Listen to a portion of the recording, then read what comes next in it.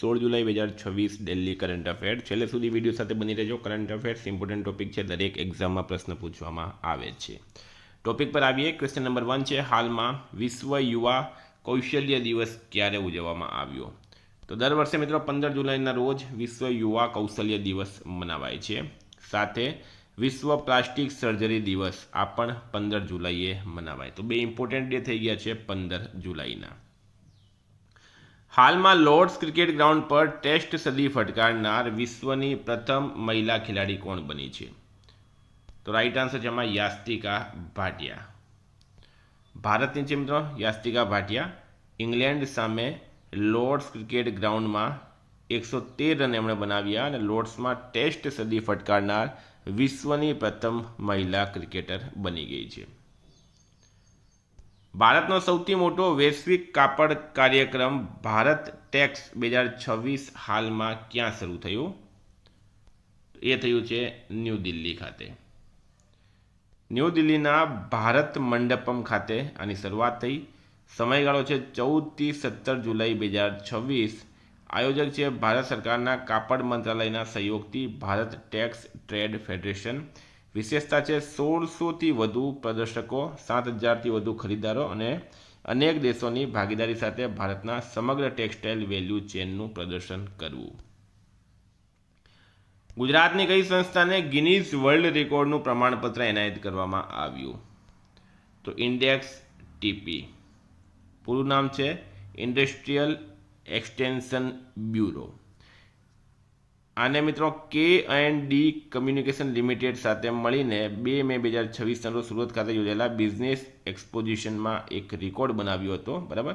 દક્ષિણ ગુજરાતમાં યોજાયેલા આ સમિટમાં માત્ર 11 દિવસમાં સૌથી વધુ કુલ 350 જેટલા પ્રદર્શકો વાઇબ્રન્ટ પ્લેટફોર્મ સાથે જોડાવાનો એક અનોખો વિશ્વ વિક્રમ સ્થાપિત કરવામાં આવ્યો, એટલે એને ગિનીઝ વર્લ્ડ રેકોર્ડ પ્રમાણપત્ર એનાયત કરવામાં આવ્યું છે। સરકારે મુખ્યમંત્રી હેલી ટુરિઝમ અને હવાઈ પ્રવાસન સેવા યોજના 2026 શરૂ કરી। તો રાઈટ આન્સર છે આમાં બિહાર। મુખ્યમંત્રી હેલી ટુરિઝમ અને હવાઈ પ્રવાસન સેવા યોજના 2026 બિહાર સરકાર દ્વારા શરૂ કરવામાં આવી। આ યોજના હેઠળ રાજ્યના મુખ્ય પર્યટન અને ધાર્મિક સ્થળો માટે સબસિડીયુક્ત હેલિકોપ્ટર અને હવાઈ પ્રવાસન સેવાઓ ઉપલબ્ધ કરાવવામાં આવશે। મિત્રો બિહારનું કેપિટલ છે પટના, સીએમ છે સમ્રાટ ચૌધરી, રાજ્યપાલ છે આરિફ મોહમ્મદ ખાન। 6 નંબર છે, કઈ ટેલિકોમ કંપનીએ ભારતમાં વ્યાપારી ઉપયોગ માટે સેટેલાઇટ ફોન લોન્ચ કર્યો છે? તો રાઈટ આન્સર છે એમાં BSNL, ભારત સંચાર નિગમ લિમિટેડ। ફોનની કિંમત છે 1,34,166 રૂપિયા।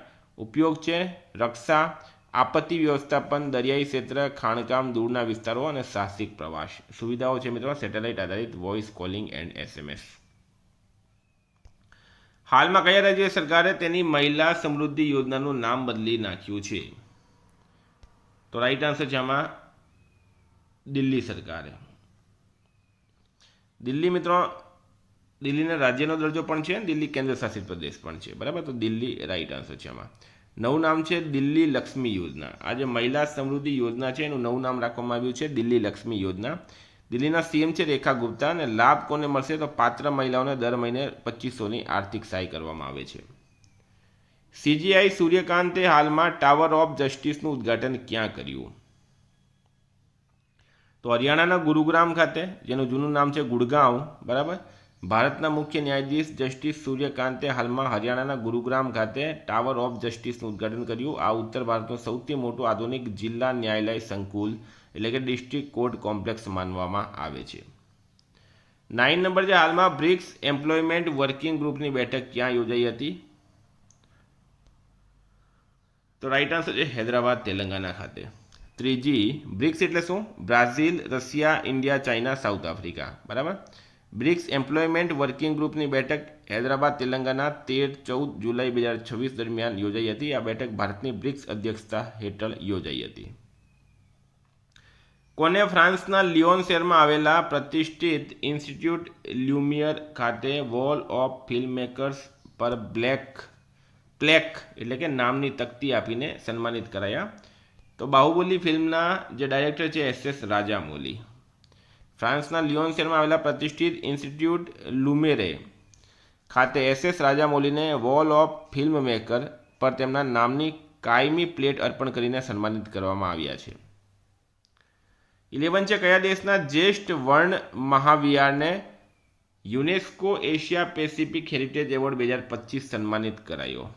તો પ્રશ્ન છે જ્યેષ્ઠ વર્ણ મહાવિહાર ક્યાં આવેલું છે? તો એ આવેલું છે નેપાળની અંદર. નેપાળના લલિતપુર પાટણ ખાતે આવેલા જ્યેષ્ઠ વર્ણ મહાવિહાર ને UNESCO Asia Pacific award four cultural heritage convention 2025 હેઠળ એવોર્ડ ઓફ મેરિટથી સન્માનિત કરવામાં આવ્યો. આ 17મી સદીનો બૌદ્ધ મહાવિહાર 2015માં ભૂકંપ બાદ ભારતની સહાયથી પુનઃ સ્થાપિત કરવામાં આવ્યો છે. 12 નંબર છે ટ્રાઇબેક્સ ડિજિટલ લર્નિંગ પ્લેટફોર્મ કોણે લોન્ચ કર્યો? તો જ્યુએલ ઓરમ રાઈટ આન્સર છે. ટ્રાઇબેક્સ ડિજિટલ લર્નિંગ પ્લેટફોર્મ જ્યુએલ ઓરમે લોન્ચ કરનાર છે જ્યુએલ ઓરમ, કેન્દ્રીય જનજાતિ બાબતોના મંત્રી. પ્લેટફોર્મનું નામ છે મિત્રો ટ્રાઇબેક્સ. હેતુ છે આદિવાસી કલા, સંસ્કૃતિ, ભાષાઓ અને પરંપરાગત જ્ઞાનનું ડિજિટલ માધ્યમથી સંરક્ષણ અને પ્રસાર કરવું. સ્થળ છે ભુવનેશ્વર, ઓડિશા. 13 છે હાલમાં ભારતીય ભાલા ફેંકનાર આનંદ સિંઘે એશિયન અંડર-23 એથ્લેટિક્સ ચેમ્પિયનશિપ 80.57 મીટરના પોતાના શ્રેષ્ઠ થ્રો સાથે કયો મેડલ જીત્યો છે?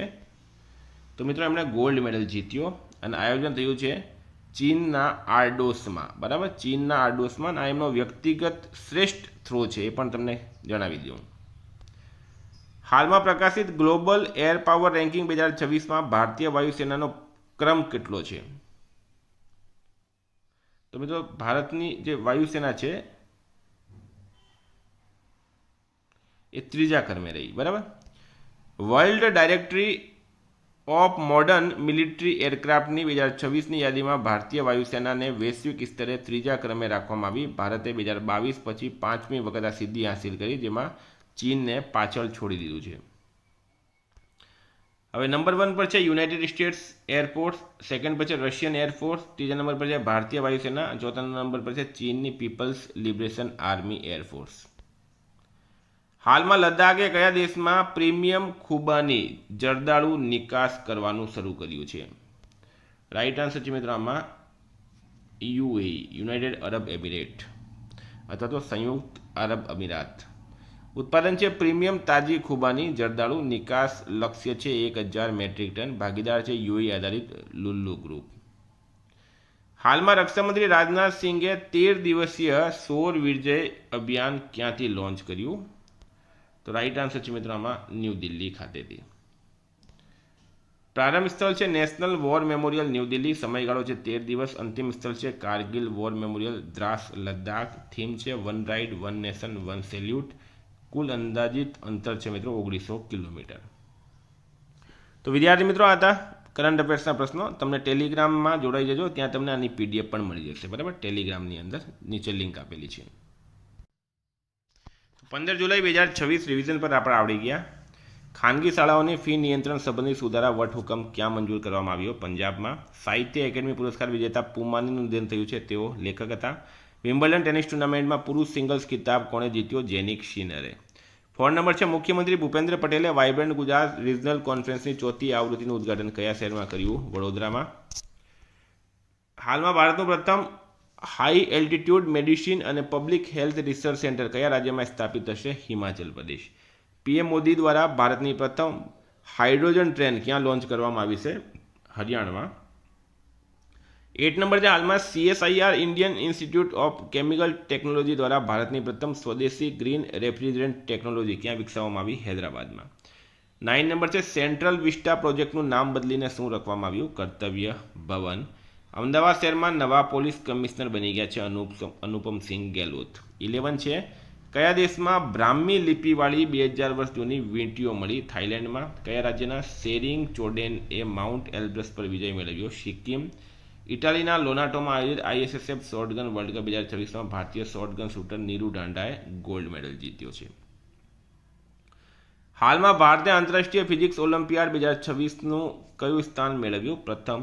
શેખ હમાદ બિન ખલીફા અલ થાની, જેમનું હાલમાં 74 વર્ષની ઉંમરે નિધન થયું છે, તેઓ કતર દેશના હતા. 1 કલાકમાં 361,000 છોડ વાવીને ગિનીઝ વર્લ્ડ રેકોર્ડ કોણે બનાવ્યો? અમદાવાદે.